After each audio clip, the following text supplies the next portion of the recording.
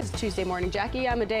My days are all messed up because I was not here yesterday. So it is Tuesday, and people need to be aware of the weather because the visibility is low in some areas. Yeah, it is. And again, welcome back. And I know maybe a lot of people also took off yesterday as well as a big weekend.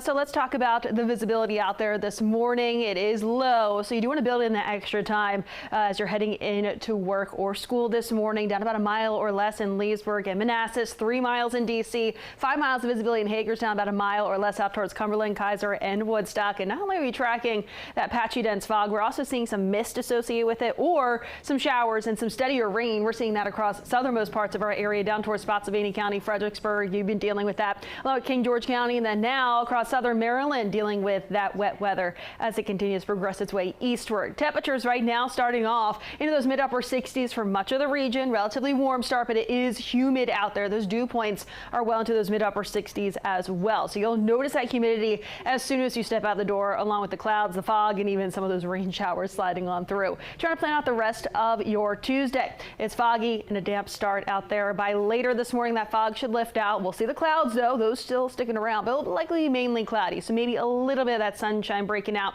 right around midday today before some more scattered showers and thunderstorms bubble up mid to late afternoon. High temperatures today will be back in those lower 80s. However, with some of those storms that will develop later today, some of those storms will contain heavier downpours, and that's on top of all the heavier rainfall we've been dealing with the last couple of weeks. So with that, a flood watch has been issued for our westernmost area. So just to the west of D.C. included in this flood watch from 11 a.m. till 10 p.m.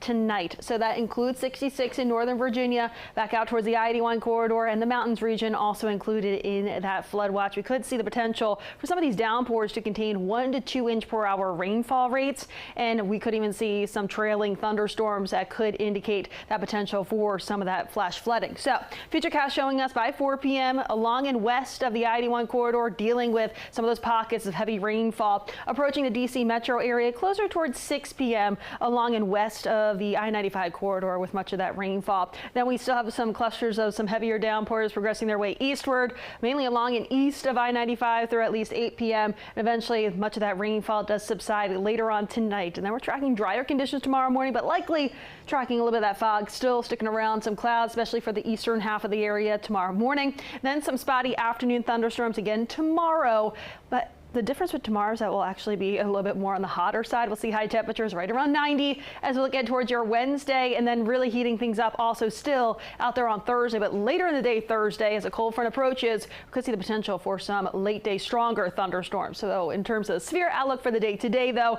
to the low end, marginal risk tomorrow. That marginal risk is mainly along and east of the I-95 corridor. Then, so we get towards Thursday, yeah, this is a brighter color out there. We do indicate a slight risk, 2 out of 5 on that severe scale for later in the day Thursday. So heads up, you do want to stay weather aware, especially for later in the day Thursday, out ahead of a cold front approaching from the west. So for Thursday's setup, that cold front approaching, it's really all determined on the timing of that cold front. If it does lag a little bit, that would indicate some later in the day or evening thunderstorms. If it were to progress a little bit quicker, then those thunderstorm threats will be earlier. But in terms of that 7-day outlook behind that cold front, we see drier conditions. Friday will be less humid, high temperatures mid to upper 80s for the first day of summer, and then feeling like summer out there Saturday, Sunday, and Monday as we heat up back in those mid to upper 90s by Monday.